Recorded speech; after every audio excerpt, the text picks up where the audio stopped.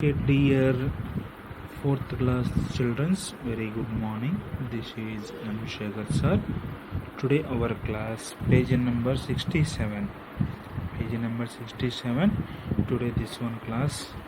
Okay, already. So here some matter is there. Rohan is went to some picnic. Okay na. ఆ picnic వెళ్ళేటప్పుడు తొందరగా వచ్చేస్తే బాగుండని క్లాక్కి వెళ్ళి చూడటం ఇలా జరిగింది కదా అని ఏదైనా చెప్పుకున్నాం కదా. Now see this one. He lunch time start at dash.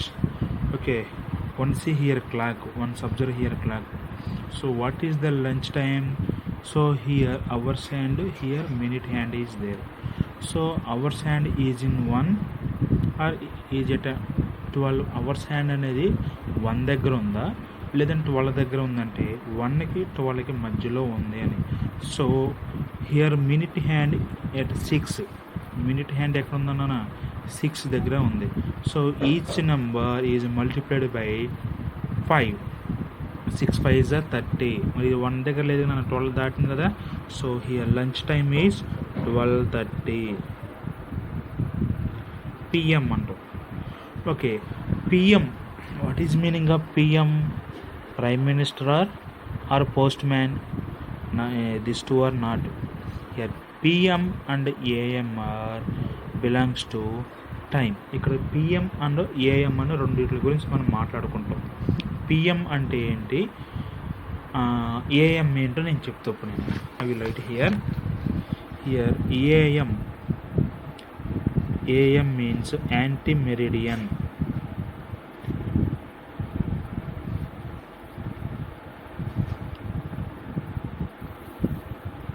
Okay, PM means post-meridian.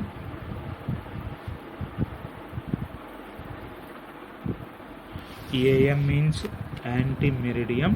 PM means post-meridian. AM అంటే మార్నింగ్ టైం అనుకుంటాం. అంటే ఎప్పటి నుంచి స్టార్ట్ అయ్యిందంటే midnight 12 to afternoon 12. అర్ధరాత్రి 12 గంటల నుండి మధ్యాహ్నం 12 గంటల వరకు ఉండేటువంటి టయాన్ని మనం ఏఎం అంటాం, యాంటీ మెరిడియన్ అని అంటాం. అందుకని మనం క్లాకులలో ఏఎం పిఎం అని రాస్తాం కదా. AM means anti మెరిడియం, the time between midnight 12 to afternoon 12. అంటే అర్ధరాత్రి 12 గంటల నుండి మధ్యాహ్నం 12 గంటల వరకు మధ్యలో ఉండేటువంటి ఆ టయాన్ని మనం యాంటీ మెరిడియన్ అంటాం. Next come to post meridian. PM means post meridian. Post meridian means the time between afternoon 12 to midnight 12. మధ్యాహ్నం 12 గంటల నుండి రాత్రి 12 గంటల వరకు ఈ మధ్యలో ఉండేటువంటి టయాన్ని మనం పిఎం అంట, పోస్ట్ మెరిడియన్ అంటాం.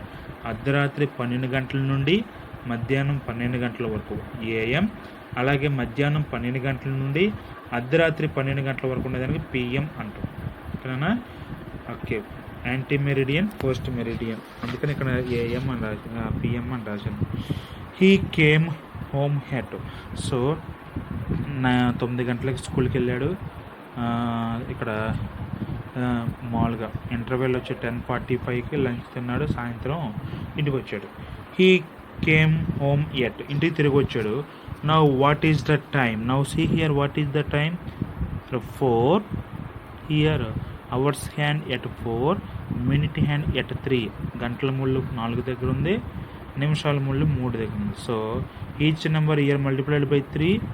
So not 3, 5. అంటే మినిట్ హ్యాండ్ని 5తో మల్టిప్లై చేసామనుకో 5 3s are 15. So here time is 4:15. ఒక 9 o'clock. ఇక్కడ లేదా 9 AM అని రాయొచ్చు. ఇది కూడా 10 AM అని కూడా రాయొచ్చు కదా. ఓకేనా? అలాగా మీ ఇష్టం. అక్కడ మామూలు టైం రాసినా పర్లేదు, పక్కన ఏఎం పిఎం రాసినా పర్లేదు. ఎందుకంటే ఏఎం పిఎం జాగ్రత్త ఇంకోసారి. AM means anti meridian. అర్ధరాత్రి 12 గంటల నుండి మధ్యాహ్నం 12 గంటల వరకు మధ్యలో ఉన్న టయాన్ని యాంటీ మెరిడియన్ అంటాం. మధ్యాహ్నం 12 గంటల నుంచి రాత్రి 12 గంటల మధ్యలో ఉండే టయాన్ని ఏమంటామంటే పోస్ట్ మెరిడియన్ అంటాం. అక్కడ స్కూల్కి వెళ్ళటం అనేది మార్నింగ్ టైం కదా, AM. Break bell morning, so AM. Lunch bell afternoon, PM. Come to home evening section, it means PM. ఓకేనా? Now see this one.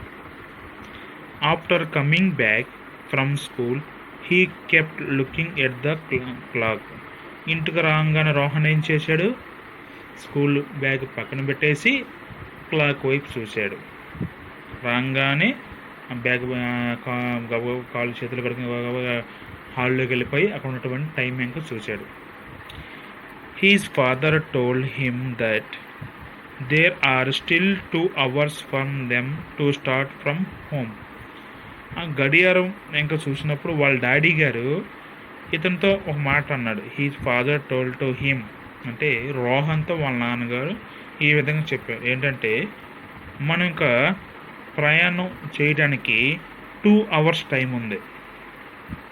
Okay, there are still 2 hours from them to start from home. ఇంకా 2 గంటల్లో మనం ఇంటి దగ్గర నుంచి బయలుదేరుతాం అని చెప్పేసి వాళ్ళ డాడీ గారు రోహన్తో చెప్పిండు. What time will they start from at home to the station. So ఇంటి దగ్గర నుంచి స్టేషన్కి ఏ టయానికి బయలుదేరుతారు? ఇతను 4:30కి వచ్చాడు.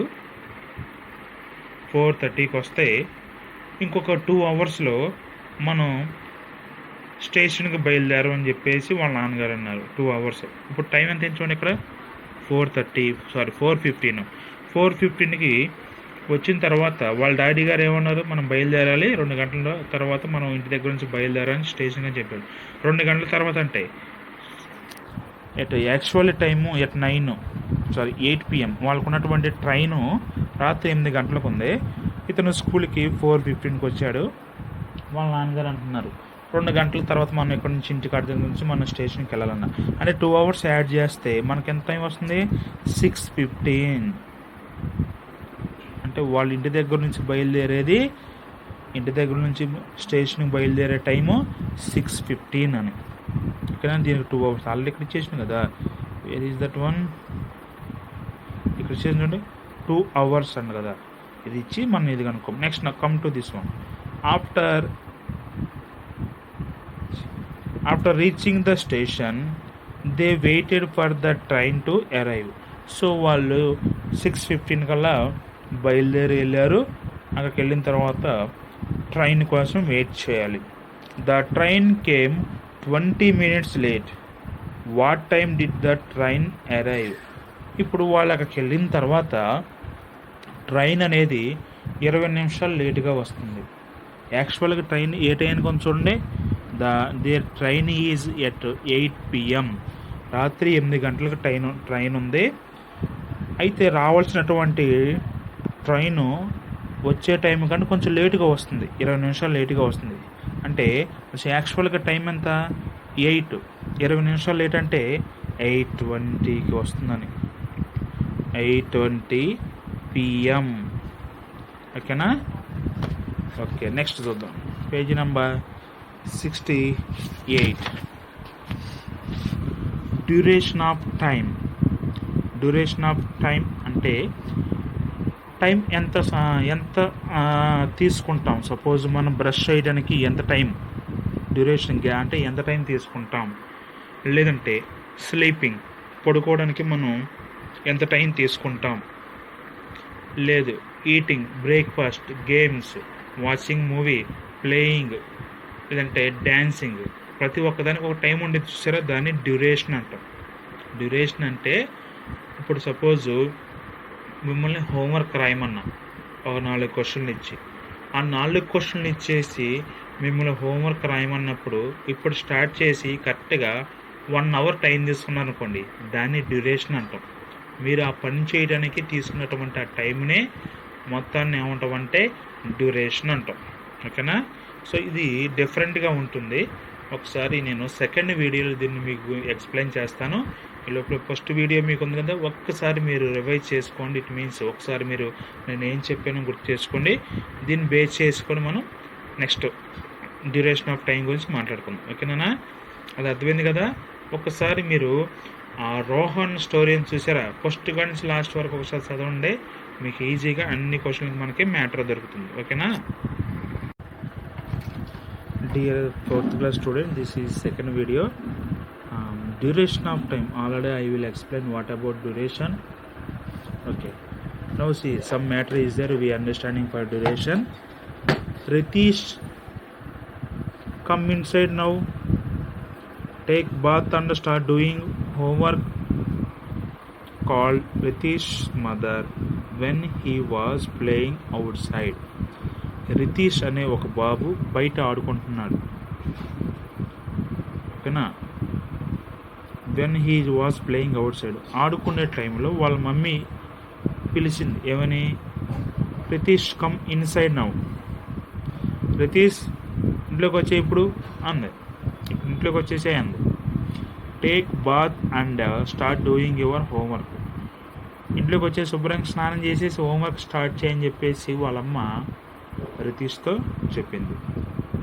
అదే కదా, Ritish come inside now, take a bath and start doing your homework called Ritish mother when he was playing out side.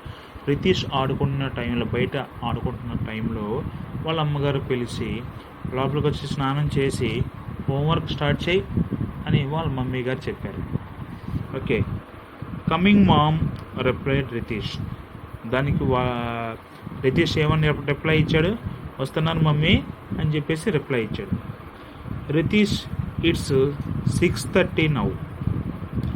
You are suppose to start your homework by 6 PM.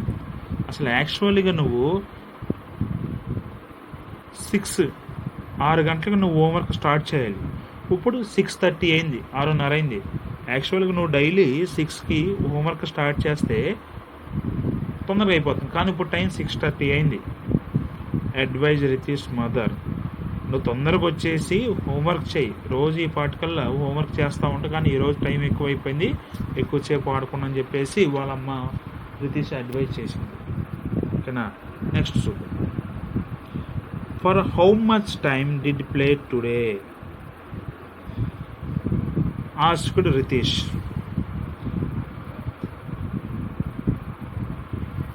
Now see this one.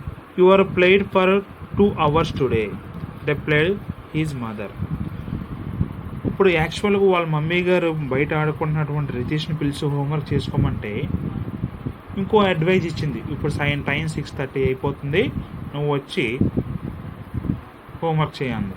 అప్పుడు ఇంకో doubt వచ్చే రితీష్కి, అసలు రోజుకి నేను ఎన్ని గంటలు ఆడుకుంటున్నాను mummy అని వాళ్ళ మమ్మీ గారిని ఈ రితీష్ అడిగాడు. ఓకే. వాళ్ళ మమ్మీ గారు ఏమన్నారు? నువ్వు రోజుకు 2 గంటలు ఆడుకుంటున్నావు అని చెప్పేసి వాళ్ళ మమ్మీ గారు రిప్లై ఇచ్చారు రితీష్కి. ఓ ఈజ్ ఇట్ కరెక్ట్ అని అడిగింది. How did you calculate the time mom? వాళ్ళ మమ్మీ గారు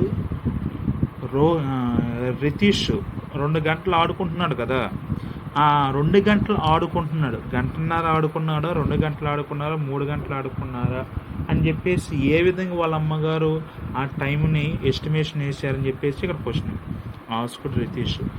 ఇప్పుడు మమ్మీ నేను 2 గంటలు ఆడుకుంటున్నాను అంటున్నావు కదా, నువ్వు ఏ విధంగా ఆ టైం చెప్తున్నావు అని చెప్పేసి రితీష్ వాళ్ళ అమ్మగారిని అడిగాడు. His mother explain him how to calculate time. వాళ్ళ అమ్మగారు అప్పుడు రితీష్ చెప్తున్నారు ఏ విధంగా నువ్వు టైంని క్యాల్కులేట్ చేయాలి అని చెప్పేసి వాళ్ళ అమ్మగారు రితీష్కి ఎక్స్ప్లెయిన్ చేస్తున్నారు. Let us also learn to calculate time, duration or time period. So let us also learn calculate అంటే మనం టైంని క్యాల్కులేట్ చేయడానికి మనం ఆ డ్యూరేషన్ గ్యాప్ అంటుంది. డ్యూరేషన్ అంటే అదే టైం పీరియడ్, చేసినటువంటి పని కానీ. సో అది ముందు మనం తెలియాలి అంటుంది. Our activities are estimated using time. నువ్వు ఏదైనా ఒక యాక్టివిటీ చేసేటప్పుడు దానికి ఎంత టైం పడుతుందో మనం ఎస్టిమేషన్ వేయచ్చు. ఆ ఎస్టిమేషన్ వేసిన దాన్ని బట్టి మనం టైం చెప్పవచ్చు అన్నట్టుగా వాళ్ళ మమ్మీ గారు చెప్పారు. Activities of every short time are measured in seconds and activities of every long time are measured in hours. మనం చేసేటువంటి యాక్టివిటీస్ కొన్ని చిన్న చిన్నగా ఉంటాయి, సెకండ్లలో అయిపోతాయి. కళ్ళు మూసి కళ్ళు తెరవటం, ఓకే, టిక్ కొట్టడం, మన పేరు రాసుకోవడం, ఈ సెకండ్లలో అయిపోతాయి. అలాగా కొన్ని పనులు ఉంటాయి, హోంవర్క్ చేయటమో, ఆడుకోవటమో, పని చేయటమో, లేదంటే మ్యారేజ్ జరగడం కొంచెం టైం పట్టింది. ఎక్కువ టైం పడితే దాన్ని హవర్స్లో తీసుకుంటాం, తక్కువ టైం పడితే దాన్ని సెకండ్లో తీసుకుంటాం అని చెప్పేసి వాళ్ళ మమ్మీ గారు ఆ విధంగా ఎక్స్ప్లెయిన్ చేస్తున్నారు. నెక్స్ట్ మ్యాటర్ మనం తర్వాత మాట్లాడుకుందాం.